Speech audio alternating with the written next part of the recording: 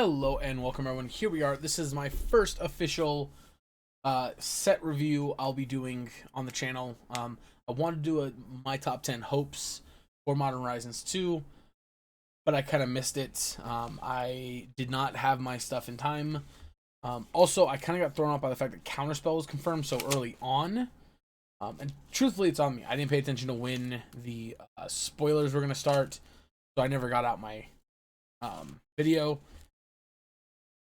That being said, of course, I do have my initial list here, which, you know, we kind of got a lot of the stuff I wanted. We are getting reprints, technically, to Force Negation. My number 1 was reprint of Ren and 6. Number 2 was Counterspell. Number 3 was Dak Faden. Number 4 was Council Judgment. Number 5 was Vindicate. 6 was Toxic Deluge or Pernicious Deed. 7 was Back to Basics. 8 was Stifle. 9 was Recruiter of the Guard, which we got Imperial Recruiter, so that's pretty close. And then I wanted Leovold for the last one, and we didn't get Leovold, of course, yet. I don't think we can get him now. But anyway, that was my original top 10 list. Like I said, we got Modern Horizons 2 reprinting the Force Negation technically. I don't know if there's any retro Modern Horizons 1 cards left, or throwback Modern Horizons 1 cards left to be previewed. But if there are, I'm hoping Ren and 6 is one of them, even if it is going to be a more expensive in general card. The more possible ways of getting a hold of Ren and 6, the better. Also, let me know if you guys want us to do some drafting for it, because I think I'm going to draft some of the set. I do like the way it looks a lot. And I'm terrible with draft, but yeah, it might be the one set I actually want to try and draft. So, anyway, before we get any further off topic, let's go and hop into our... Let me go ahead and get into our set review. This is, of course, our lands video. We're going to talk about the lands that have been spoiled so far. I'm excited. There's a lot of really cool ones. Let's just start by getting the old fetch lands out. So all 5 enemy fetches are being reprinted. They are both being reprinted in the classic art style like we see in front of us, but they are also getting the throwback frames, which is super cool.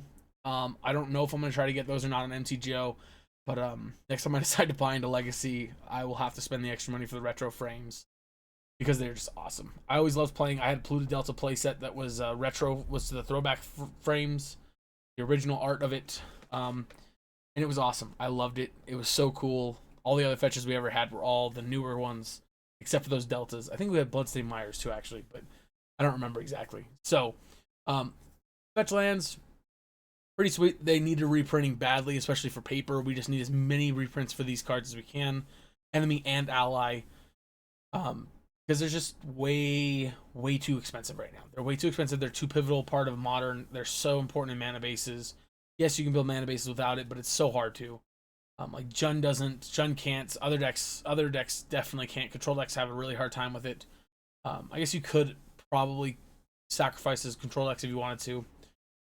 But yeah, just the fixing of them. They're so strong. Anyway, then we have Cabal Coffers. This is a pretty cool one. Pay 2 mana, then you add black to your mana pool for each swamp you control. We got a similar one, a card similar to this in Dominaria. It was like 3 and then add black for each swamp you control, something like that. It was Cabal Stronghold. 3 tap, add black for each basic swamp you control. So it was significantly worse, although it did allow you to tap for colorless mana on its own. But I still think significantly worse than Cabal Coffers. I'm glad we don't have any kind of like black storm based cards in the format, 'cause this card could be insane. Although I think Mono Black Devotion could use this. And maybe there's other decks. I think it'd be cool. Next up is Riptide Library. It's a colorless land that has 1 in blue. Return target wizard you control to its owner's hand. I mean, this card's going to probably be pretty cool in the beginning with Snapcaster, Vendilion Click, Venser, any other wizard you can think of. Especially I think other Enter the Battlefield trigger having Wizard, it'll be really cool with. Yeah, I mean, especially since most of those blue decks, if you're playing like 2 colors, you can afford the colorless land.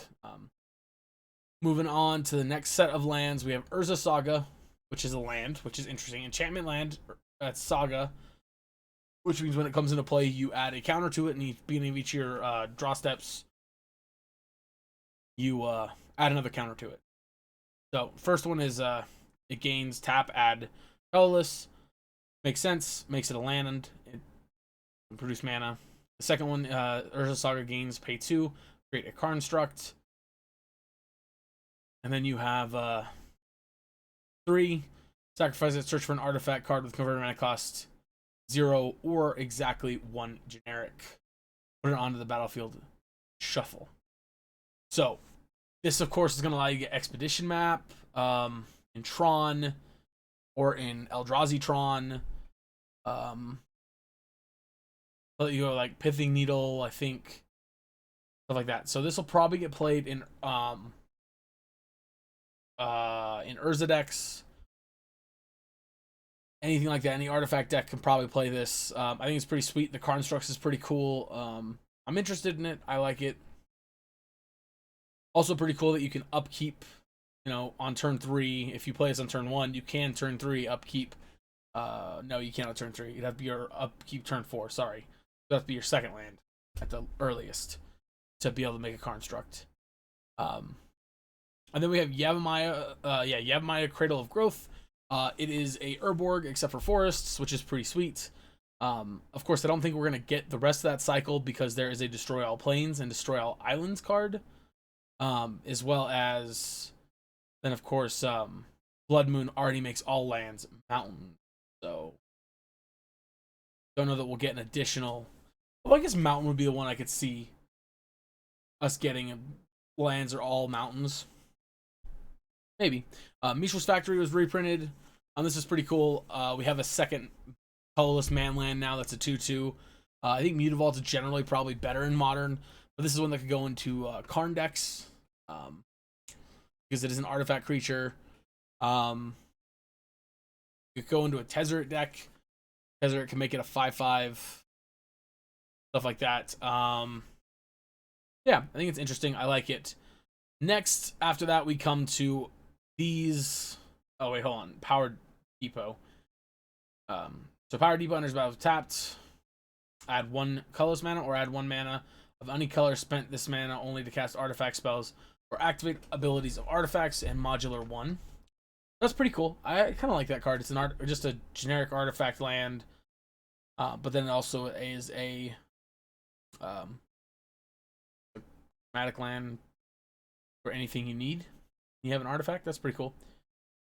We also have then 10 indestructible artifact lands that are dual colored, which I think these are super awesome. Like Dark Moss Bridge, I think is really cool. That will definitely go into the Hardened Scales deck, I think. Even though it's a tapped land, the fact that it's another artifact and it's indestructible is super awesome. That means they can't destroy it. Which our only other artifact land currently can't be destroyed either. So I really like these. I think these are cool. I like the art on them. They feel very Mirrodin-esque to me. So anyway, the big winner, I think, out of all the lands in the format, I think is going to be Urza Saga. Other than the fetches being reprints, being super handy for the format in general. I think Urza Saga is going to be a huge one. I think it's going to see a lot of play. I don't know that Cabal Coffers has a deck yet. It'd be interesting to see. Maybe there could be some kind of cool Gristlebrand deck where you actually just hardcast Gristlebrand not that late in the game. That could be pretty cool. Also, Riptide Library or Laboratory I really like, but I don't think it's gonna be that great. And I don't really think these artifact lands are gonna be all that great. But I do like the way they look, and I do like that they could stand to potentially benefit the decks that got really hindered by Mox Opal being banned. And then as a flavor, I just like Yavimaya Cradle of Growth. I think that's super cool. Alrighty, so thank you guys for tuning into this video.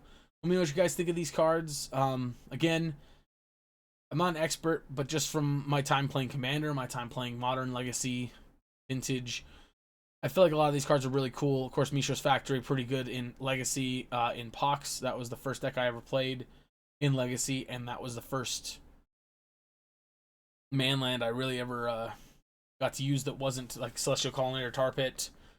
So it was pretty cool. Of course, Urza Saga looks awesome. I love that there's a Saga land now. I think that's super cool. Yeah, I love Urborg, so I love the Yavimaya Cradle. That seems super awesome. So, alright, anyway, I hope you guys enjoyed the video. Let me know what you guys think in the comment section below. If you like this video, it would help me out a ton if you hit that like button, hit that subscribe button if you want to see more videos like this. And yeah, if you're on my Patreon, you should be seeing this a day early. So, yeah, let me know what you guys think, and I'll catch you guys in the next video.